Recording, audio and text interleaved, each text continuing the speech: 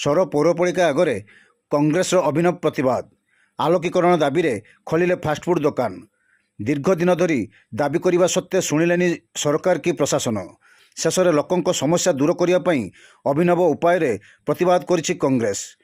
ସର ପୌରପାଳିକା ଅଞ୍ଚଳରେ ଆଲୋକୀକରଣ ସମସ୍ୟାର ସମାଧାନ ହୋଇନଥିବାରୁ ଆଜି ସର ପୌରପାଳିକା କାର୍ଯ୍ୟାଳୟ ସମ୍ମୁଖରେ କଂଗ୍ରେସ ଦଳ ପକ୍ଷରୁ ଏକ ଫାଷ୍ଟଫୁଡ୍ ଦୋକାନ ଖୋଲାଯାଇ ପ୍ରତିବାଦ କରାଯାଇଛି। ସର ପୌରପାଳିକା ଅଞ୍ଚଳରେ 19 ଗୋଟି ୱାର୍ଡ ଦୀର୍ଘ ଦିନ ଧରି ରାସ୍ତାଘାଟରେ ଆଲୋକୀକରଣ ବ୍ୟବସ୍ଥା ବିପର୍ଯ୍ୟସ୍ତ ହୋଇପଡ଼ିଛି।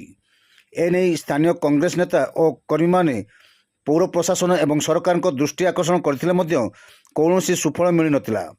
ଏହାର ପ୍ରତିବାଦରେ ଆଜି କଂଗ୍ରେସ ପକ୍ଷରୁ ପୌରପାଳିକା କାର୍ଯ୍ୟାଳୟ ଆଗରେ ଏକ ଫାଷ୍ଟଫୁଡ୍ ଦୋକାନ ଖୋଲାଯାଇଛି।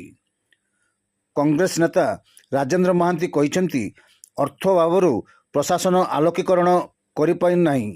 ତେବେ କଂଗ୍ରେସ ନିଜେ ବିକ୍ରି କରିଥିବା ଫାଷ୍ଟଫୁଡ୍ ରୋଜଗାରରୁ ଯେଉଁ ଲାଭ ଟଙ୍କା ମିଳିବ ସେଥିରେ ସହରର ଆଲୋକୀକରଣ ବ୍ୟବସ୍ଥା କରାଯିବ ବୋଲି ସୂଚନା ଦେଇଥିଲେ।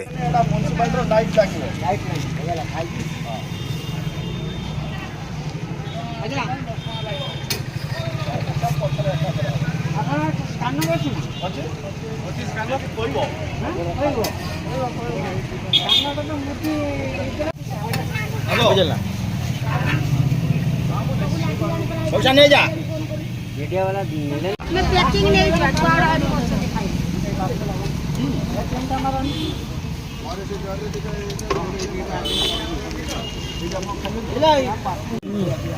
पूरा